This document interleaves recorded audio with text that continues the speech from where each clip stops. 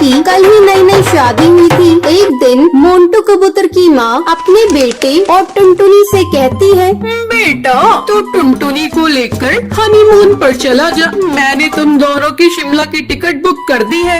लेकिन माँ जी, आप अकेले यहाँ कैसे रहेंगी? बहू तू चिंता मत कर, मैंने तेरी बुआ सास को यहाँ बुला लिया है। अगले दिन टुनटुनी और मोंटू कबूतर हनीमून मनाने के लिए शिमला के लिए निकल जाते हैं।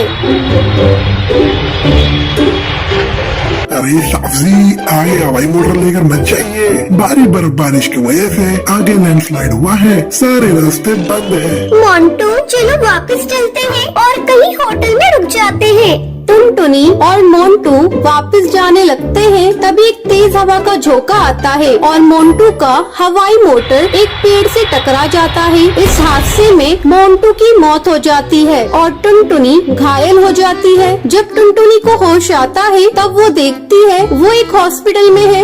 डॉक्टर साहब, मेरी बहू बोल क्यों नहीं रही है? माँ जी, इन्हें सदमा लगा है, जल्दी ही बोलने लगेंगी। कुछ दिनों के बाद मोंटू की माँ टुनटुनी को घर लेकर आती है। घर आकर टुनटुनी की बुआ सास, भाभी, आपको अभी भी समझ नहीं आया? आपकी बहू अपशगुनी है, आते ही इसने अपने पति को खा लिया। जी जी, ऐसा मत कहो, मेरी बहू अब शगुनी नहीं है। मैंने अपना बेटा खोया है तो इसने भी तो अपना पति खोया है। इसमें इस बेचारी का क्या दोष? पति के गम में न ठीक से खा रही है न ठीक से बोल पा रही है। इसी तरह रोज बुआ सास टुनटुनी को कोसती रहती थी। मोंटू की माँ से टुनटुनी का उदास चेहरा देखा नहीं जा रहा था। ऐसे में एक दिन वो टुनटुनी से कहती है, टुनटुनी तू अपनी पढ़ाई फिर से शुरू कर दे, तू फिर से कॉलेज जाना शुरू कर दे बेटा।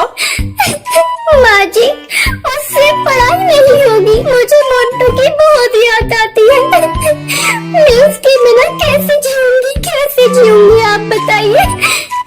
मेरी बच्ची, होने को कौन टाल सकता है? मैं तुम्हारे साथ हूँ, मैं कल ही तुम्हारा एडमिशन कॉलेज में करा दूंगी। भाभी, तुम पागल हो गई हो क्या? विधवा बहू को कॉलेज भेज रही हो? अब तो इसे भगवान का भजन कीर्तन करना चाहिए, ना कि पढ़ाई।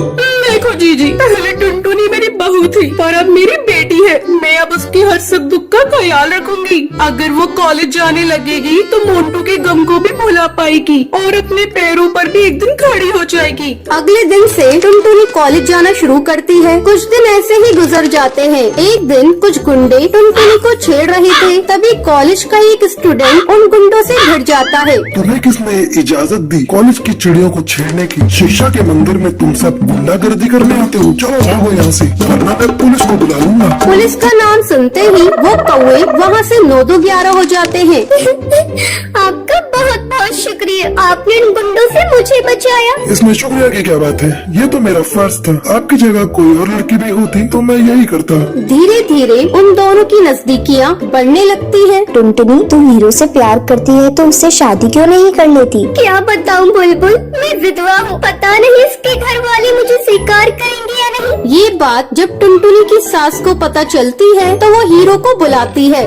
बेटा, मेरी जिंदगी का कोई ठिकाना नहीं, तुम बुरा न मानो तो मेरी बहू से शादी कर लो। माँ जी, इसमें बुरा मानने वाली बात कैसी? मैं टुनटुनी से शादी करने को तैयार हूँ और मैं अपने परिवार वालों को भी मना लूंगा। और कुछ ही दिनों बाद टुनटुनी और हीरो की धूमधाम से शादी हो जाती है। तो ये थी आज की कहानी। क्या आपको पता है मोंटू और टुनटुनी हनीमून मनाने के लिए कहाँ जाते हैं? अगर आपको पता है तो आप हमें कमेंट करके जरूर बताएं। अगर आपको ये वीडियो पसंद आई हो तो इसे लाइक और ऐसी कहानियाँ देखने के लिए मेरे चैनल को सब्सक्राइब करना ना भूलें।